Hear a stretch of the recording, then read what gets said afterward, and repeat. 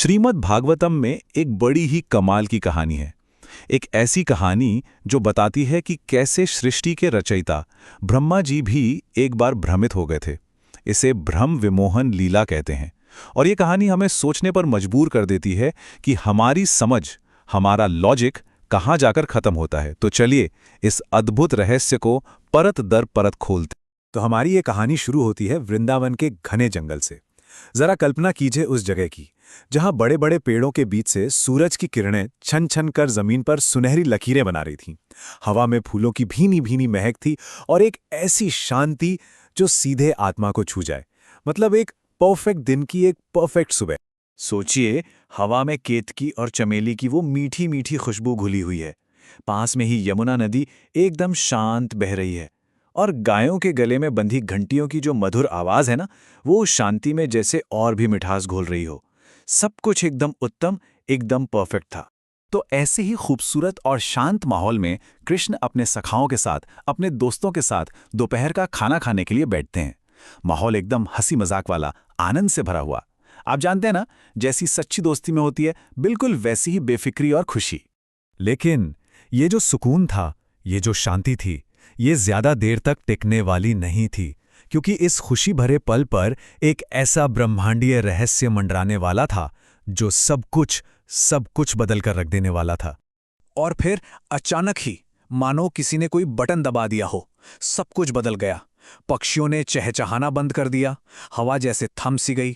पूरे जंगल में एक अजीब, एक अननेचुरल सी खामोशी छा गई। ऐसी खामोशी जो किसी बड़े तूफान के आने का संकेत दे रही हो। और तभी पहली अजीब बात हुई। जो सैकड़ों बछड़े अभी कुछ पल पहले तक वहीं घास चर रहे थे, वो सब के सब गायब थे। मैदान एकदम खाली, जैसे वो वहां कभी थे ही नहीं।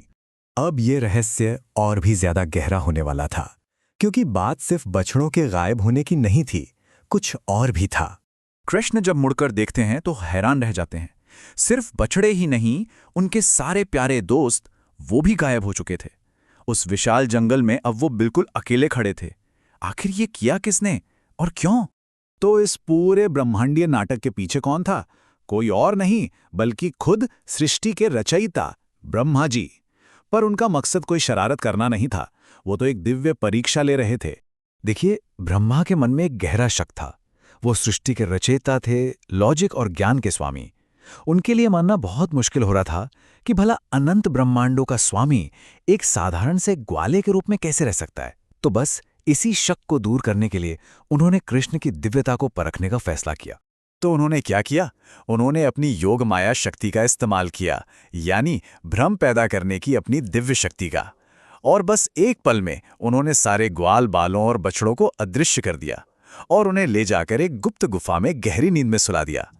ये उनकी ब्रह्मांडीय शक्ति का एक, कह सकते हैं कि एक जबरदस्त प्रदर्शन था। तो अब कहानी पहुंचती है अपने सबसे जरूरी, सबसे दिलचस्प मोड़ पर। ब्रह्मा के इस परीक्षा का जवाब एक ऐसे चमत्कार से मिलने वाला था जिसकी कल्पना तो खुद ब्रह्मा ने भी कभी नहीं की होगी। अब ब्रह्मा जी तो अपनी योजना को कामयाब मानकर बड़े निश्चिंत थे, लेकिन जब उन्होंने मुड़कर वापस उसी जगह पर देखा तो जो नजारा था उसे देखकर उनकी आंखें सचमुच खुली की खुली रह गईं। जो उन्होंने देखा वो उनके सारे ज्ञान, सारे तर्क से बिल्कुल परे था। जरा ब्रह्मा की उलझन को समझिए। असली ग्वालबाल और बछड़े वो तो उनकी बनाई गुफा में सो रहे हैं, तो फिर ये कौन है जो कृष्ण के साथ ठीक वैसे ही हंस खेल रहे हैं, वैसे ही खाना खा रहे हैं? एक ही लोग एक ही समय पर दो अलग अलग जगहों पर, ये आखिर कैसे मुमकिन था? तो अब हम कहानी के उस हिस्से में आते हैं जहां पर्दा उठता है, सच सामने आता है और ब्रह्मा के अहंकार का रूपांतरण होता है। ब्रह्मा के मन में बस एक ही सवाल घूम रहा था, अरे वो सब तो मेरी गुफा में है, तो फिर ये कौन है? ये उनके तर्क की, उनके लॉजिक की आखिरी दीवार थी, जिसके टूटने के बाद ही सच सामने आने वाला था। और फिर वो पल आया, रहस्य से पर्दा उठ गया। ब्रह्मा के मन में जितने भी सवाल थे, जितना भी भ्रम था, वो सब एक झटके में दूर हो गया, क्योंकि जो नजारा अब उनके सामने था वो उनकी कल्पना से मीलों आगे था। ब्रह्मा ने अपनी आंखों से जो देखा वो अविश्वसनीय था। हर एक ग्वालबाल, हर एक बछड़ा धीरे धीरे 4 भुजाओं वाले भगवान विष्णु में बदल गया। ब्रह्मा की माया का जवाब कृष्ण ने अपनी अनंत शक्ति से दिया था।